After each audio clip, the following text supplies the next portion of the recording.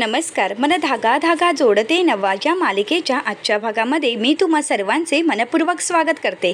आजच्या भागामध्ये आपल्याला पाहायला मिळतं लीना वहिनी ऑर्डर पोचवण्यासाठी जात असतात तर त्या मनोज दादांना म्हणू लागतात, अहो ऐकलत काय, आज आपल्याला सकाळी 4 ऑर्डर मिळाले आहेत. आनंद तर आहेच परंतु टेन्शन पण आहेच हो. अहो या ऑर्डर कशा पूर्ण करणार आणि ह्या ऑर्डर प्रत्येक ठिकाणी जाऊन आपल्याला स्वतःहून द्याव्या लागतात आणि प्रत्येक ठिकाणी जाणं मला खरंच शक्य नाही. यातल्या 2 ऑर्डर तुम्ही द्याल का, जमेल का तुम्हाला?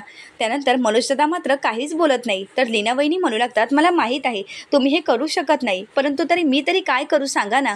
हे सगळं काही कधी ठीक होणार आहे, तुम्ही कधी बरे होणार आहात? अहो घरचा खर्च उचलणं खरंच खूप अवघड होत आहे. सानूचं शिक्षण तर सुरू आहे परंतु वर खर्चासाठी मी तिला पैसेही पाठवू शकत नाही. तिला काय वाटत असेल, आपण तिच्यासाठी काहीच करत नाही आहोत. तुम्ही प्लीज ऑर्डर देता का, तुम्हाला जमेल का? परंतु मनोजदादा काहीच बोलत नाही. तर लीना वहिनी आवाज देत म्हणतात मनोज. तर मनोजदादा भानावर येतात आणि लीना वहिनींना विचारतात, कोण मनोज, कुठला मनोज? मी मनोज वगैरे कोणी नाही आहे. मी एक अपयशस्वी माणूस आहे. केसमध्ये फसलो नसतो तर एक यशस्वी माणूस बनलो असतो परंतु या सगळ्याला तुम्ही जबाबदार आहात. तुम्ही. हे ऐकल्यानंतर लीना वहिनी आणि मालतीताईंना धक्काच बसतो. तर लीना वहिनी मनोजदादांना म्हणू लागतात, अहो तुम्ही हे काय बोलत आहात? तर मनोजदादा म्हणतात, हे सगळं काही तुमच्यामुळे झालं आहे त्यामुळे तुम्ही सांगाल ते मी ऐकणार नाही आणि करणारही नाही. मनोजदादा खूप चिडलेले असतात. लीना वहिनींना त्यांची अवस्था पाहून खूप वाईट वाटत असतं. तर मनोजदादा घाबरून एका खुर्चीवर जाऊन बसतात आणि म्हणू लागतात, हे सगळं काही तुमच्यामुळे झालं आहे. मी अपयशस्वी आहे असंच बोलत असतात. लीना वहिनींना वाईट वाटतं आणि त्या ऑर्डर न देता घरात निघून जात असतात. तर मालतीताई त्यांना थांबवतात आणि म्हणू लागतात, लीना दे, मी पोहोचवते ऑर्डर. तर मालतीताईंना लीना वहिनी म्हणतात की हे बघा आई, तुम्हाला जमेल का? अहो तुम्ही कशी पोहोचवणार आहात? तर मालतीताई म्हणतात, अगं मला जमेल ना, आणि ह्या 2च तर ऑर्डर पोहोचवायच्या आहेत ना, तेवढीच माझी तुला मदत होईल आणि तू अजिबात काळजी करू नकोस, सगळं काही ठीक होणार आहे. लीना वहिनी खूप रडत असतात. त्यांना या सगळ्या परिस्थितीचं खूप वाईट वाटत असतं. लीना वहिनी मालतीताईंना विचारतात, आई तुम्ही नीट जाल ना? तर मालतीताई म्हणू लागतात, लीना अगं काळजी करू नकोस, मी येते. असं म्हणत मालतीताई ऑर्डर पोहोचवण्यासाठी निघून जातात. मात्र मनोजदादांची ती परिस्थिती पाहून दोघांनाही खूप वाईट वाटत असतं. मनोजदादा मात्र एका खुर्चीवर शांत बसून बाहेर बघत असतात आणि ते खूप घाबरूनही गेलेले असतात. ते अजूनही धक्क्यातून बाहेर आलेले नसतात.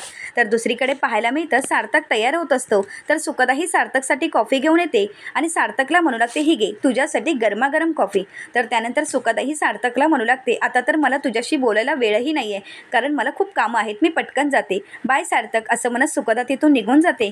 तर त्यानंतर सार्थक आपली कामं करत असतो. तेवढ्यातच तिथे आदर्श आलेला असतो आणि आदर्श हा सार्थकला म्हणू लागतो, सार्थक अरे काही डॉक्युमेंटवर तुझ्या सह्या हव्या होत्या.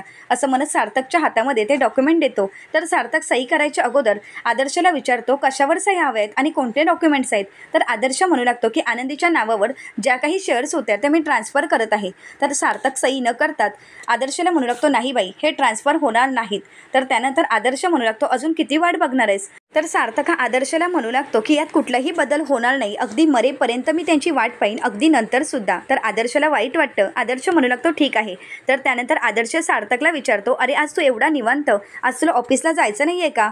तर सार्थक म्हणू लागतो, नाही आज जाणार आहे, घरीच असणार आहे. हे ऐकून आदर्शला धक्काच बसतो. आदर्श विचारतो, काय प्लीज मला चिमटा काढतोस का? कारण मला असं वाटत आहे की मी तर स्वप्नच बघत आहे. अरे गेल्या 6 वर्षात तू असं पहिल्यांदा बोलला आहेस. तर त्यानंतर आदर्श हा सार्थकला विचारतो, सार्थक अरे तुझी तब्येत वगैरे तर ठीक आहे ना? तुला काही होत तर नाही आहे ना? तुला बरं वाटत नाही आहे का? तू असा घरी राहत आहेस?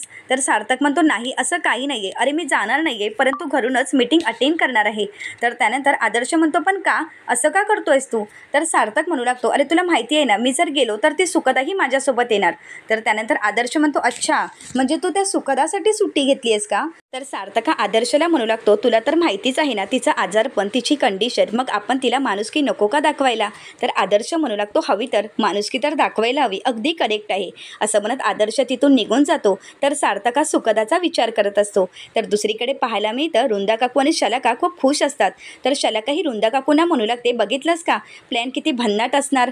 तुला मी म्हणाले होते ना की माझा प्लॅन भन्नाटच असणार आणि आता तर तू बघतच आहेस. तर रुंदा काकू म्हणू लागतात, हो ना अगं, तू तर तिला किचनमध्ये अडकवूनच ठेवलं आहेस. आता तर ती पूर्ण दिवस कुठेच जाऊ शकणार नाही, ती तर तिथेच असणार, म्हणजे तिला सार्थकसोबत बोलायलाही वेळ मिळणार नाही.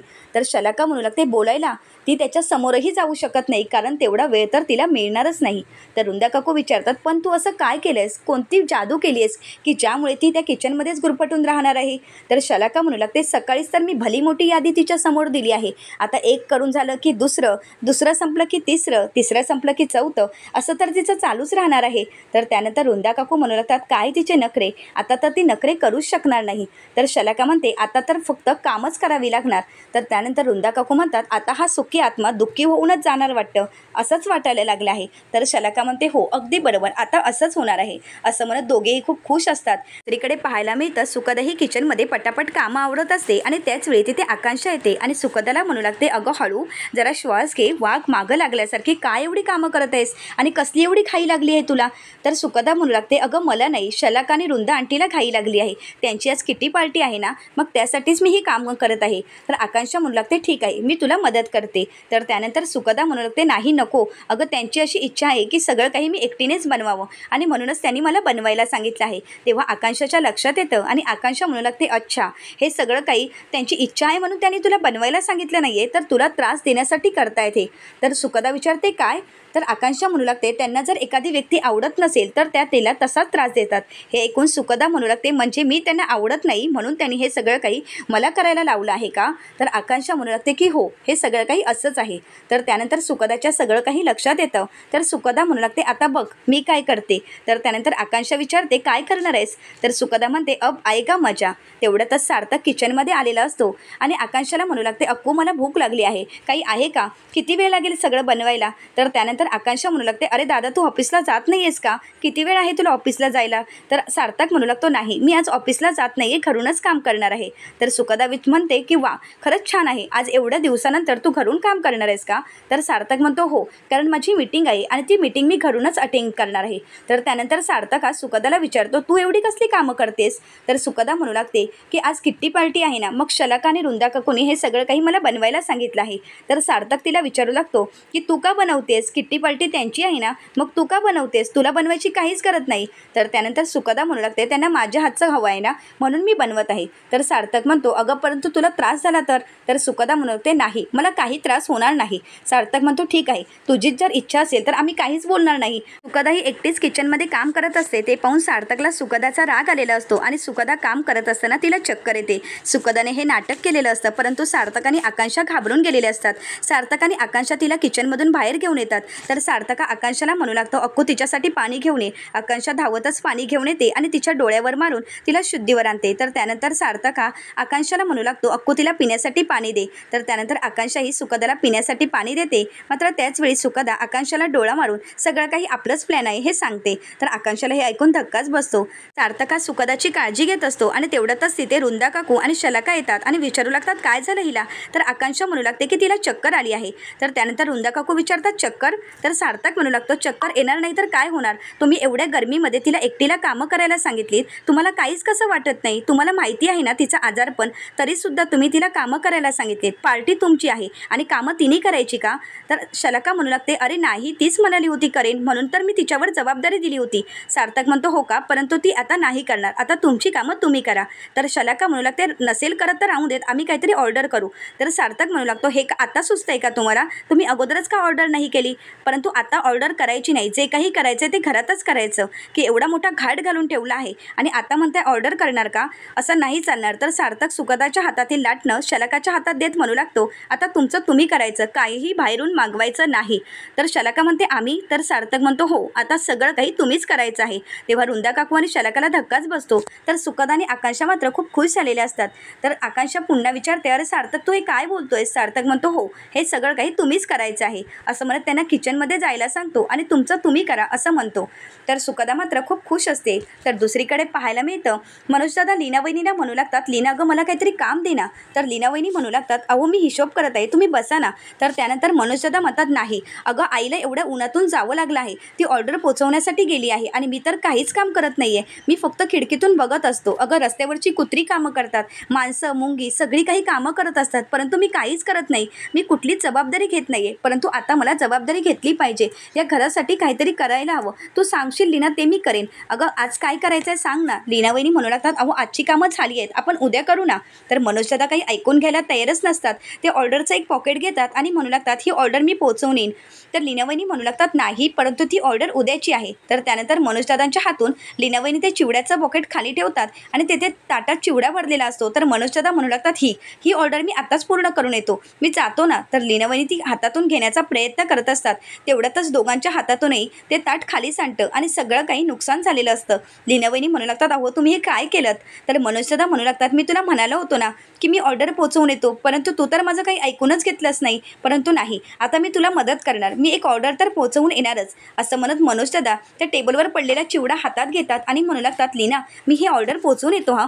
लीनावहिनी म्हणतात, अहो तुम्ही हे काय करताय, अशी ऑर्डर कशी पोहोचवणार आहात? तर मनोजदादा म्हणतात, हो हो मी ऑर्डर पोहोचवेनच. असं म्हणत मनोजदादा हातातूनच चिवडा घेऊन ऑर्डर पोहोचवण्यासाठी जातात. लीनावहिनींना मात्र मनोजदादांच्या परिस्थितीचं खूप वाईट वाटत असतं. दुसरीकडे सार्थकने शलाका आणि रुंदा काकूंना किचनमध्ये कामासाठी जुंपलेलं असतं, परंतु फोडणी देत असतानाच त्या दोघांनाही खूप ठसका लागत असतो. तर रुंदा काकू म्हणू लागतात, हे सगळं काही तुझ्यामुळे झालं आहे. गेली कित्येक वर्ष मी किचनमध्ये पाऊलसुद्धा टाकलं नव्हतं, परंतु आता इतक्या वर्षाची कसर एका दिवसात पूर्ण करावी लागत आहे. हे सगळं काही तुझ्यामुळे होत आहे. तर त्यानंतर शलाका म्हणू लागते, हे सगळं काही तिने नाटक केलं आहे, तिला चक्कर वगैरे काहीच आली नाहीये. तर त्यानंतर शलाका ही मिठाची बरणी घ्यायला जाते, तेव्हा मात्र शलाकाच्या हाताला चटका लागतो आणि हे सगळं काही आकांक्षा शूट करत असते. तर शलाका म्हणू लागते, अगं काय करतेस आकांक्षा तू? तर आकांक्षा म्हणू लागते, हे सगळं काही मला दादानेच करायला सांगितलं आहे, तुमचा व्हिडिओ करायला सांगितलं आहे, तुम्ही काम करत आहात की नाही हे सगळं काही मला पाहायला सांगितलं आहे. रुंदा काकू म्हणू लागतात, आमची कामं आम्ही करू, तू अगोदर व्हिडिओ बंद कर. तर आकांक्षा म्हणू लागते, नाही मी बंद नाही करू शकत, मी जर बंद केला तर दादा मलाच ओरडेल, तुम्ही कामं करा, मी सगळं काही शूट करून घेते. तर रुंदा काकू आणि शलाकाला मात्र खूप राग आलेला असतो. तर दुसरीकडे सार्थक हा सुखदाची काळजी घेत असतो आणि सुखदाला विचारू लागतो की तुला बरं वाटतंय का? तर सुखदा म्हणू लागते, हो मला बरं वाटतंय. तर त्यानंतर सार्थक हा सुखदाला गोळी देत असतो, परंतु सुखदा म्हणू लागते, ही कोणती गोळी आहे? तर सार्थक म्हणू लागतो, हे सगळं काही भाईनेच दिलं आहे, तुला चक्कर आल्यावर द्यायला सांगितली आहे. तर त्यानंतर सुखदा ती गोळी घेते. तर सार्थक विचारतो, तुला बरं वाटतंय का? तर सुखदा म्हणते, हो मी थोडी घाबरली होती, मला तर वाटलं होतं की आज काही चुकीचा खरंच नाही, आज टाटा बाय बाय अलविदा गुड बाय हे सगळं काही होणार आहे. सार्थक म्हणतो, आता काही बोलायची काहीच गरज नाही आहे, तू स्वतःची काळजी घे. तर त्यानंतर सुखदा म्हणते, हो मी सध्या त्यांना हेल्प करू का? तर सार्थकला मात्र राग येतो आणि तो शलाकाला आवाज देत म्हणू लागतो, शलाका तिची अवस्था तू काय केली आहेस बघितली आहेस का? अगं एवढंही तुला कळत नाही का कोणाला काय करायला सांगायला पाहिजे? अगं तिला एवढं मोठं आजारपण असताना सुद्धा तू एवढी मोठी किचनमधली कामं तिला एकटीला करायला सांगितलीस आणि तू फक्त आराम करत होतीस. आता नाही, आता एक काम करायचं, ती कुठलेही काम करणार नाही, दिवसभर तिची तू काळजी घ्यायला हवीस, तिला काय हवं नको ते तू पाहायचं आणि तिला फक्त जागेवर आणून द्यायचं. हे ऐकून शलाकाला खूप राग आलेला असतो. शलाका तिथून रागानेच निघून जाते. तर सुखदा खूप खुश असते. तर दुसरीकडे पाहायला मिळतं, रुंदा काकू जेवण बनवत असतात, त्यांची खूप चिडचिड होत असते. मात्र इकडे शलाकाही सुखदाची काळजी घेत असते, तिला काय हवं नको ते सगळं काही आणून देत असते, तिच्या कपड्यांची खडीही घालत असते, तिची सगळी सेवा करत असते आणि हे सगळं काही आकांक्षा शूट करत असते. त्यानंतर रुंदा काकू आणि शलाका भांडी घासण्यासाठी जात असतात, हे सुद्धा आकांक्षाने शूट करून घेतलेलं असतं. तर दुसरीकडे अण्णा मात्र खूप काळजीत असतात. तर लीनावहिनी म्हणू लागतात, अण्णा वो काय करावं काहीच कळत नाही, खरंच खूप मोठा प्रॉब्लेम झाला आहे. तर अण्णा म्हणू लागतात, क्षणात हसेल, क्षणात गप्प बसेल आणि क्षणात कशाची मागणी करेल काही सांगता येत नाही. आणि तेवढ्यातच तिथे हवालदार आलेले असतात. हवालदारांना पाहून लीनावहिनी आणि अण्णा घाबरून गेलेले असतात. तर लीनावहिनी विचारतात, काय झालं? तर त्यानंतर अण्णांना ते विचार म्हणू लागतात की मनोज वर्तक तुमचाच मुलगा ना? तर अण्णा म्हणतात की हो. तर लीनावहिनी विचारतात, त्यांनी काही केलं आहे का? तर हवालदार म्हणू लागतात, तुम्ही जाऊनच बघा म्हणजे तुम्हाला कळेल, हीच कामं करण्यामध्ये आमचा दिवस निघून जातो. तर अण्णा हे हवालदारांसोबत पोलीस स्टेशनला जायला निघतात. तर दुसरीकडे पाहायला मिळतं, रुंदा काकू आणि शलाका भांडी घासून आल्यानंतर त्यांना खूप दमायला झालेलं असतं. तर रुंदा काकू म्हणू लागतात, अंग अगदी ठणठणत आहे. तर त्यानंतर शलाका म्हणू लागते, कपडे भांडी वाळवण सगळं काही आपणच केलं आहे, ते कपडे वाळवलेत, त्यानंतर ते घडी करून ठेवलेत, परत जेवण परत भांडी हे सगळं काही करताना खरंच बस झालं आहे. तर त्यानंतर रुंदा काकू म्हणू लागतात, आपलाच प्लॅन आपल्यावरच भारी पडलं ना, आपल्यावरच उलटवलं त्यांनी ना? तर शलाका म्हणू लागते, मी सोडणार नाही, अजून एक प्लॅन माझ्या डोक्यात आहेच. तर रुंदा काकू म्हणू लागतात, बाई मी तुझ्यासमोर हात जोडते, आता तुझी आयडिया किंवा तुझा प्लॅन मला नको आहे. तर शलाका म्हणू लागते, म्हणजे आता आपण गप्प बसायचं आहे का? नाही, मी त्या सुखदाला धडा शिकवल्याशिवाय गप्प बसणार नाही. आज नाही तर उद्या, उद्या नाही तर परवा, परंतु मी तिला धडा शिकवणारच. सुखदाही त्या दोघांसाठी गरमागरम कॉफी घेऊन येते आणि म्हणू लागते, ही घ्या गरमागरम कॉफी. तर त्या दोघीही तिच्याजवळ रागाने पाहू लागतात.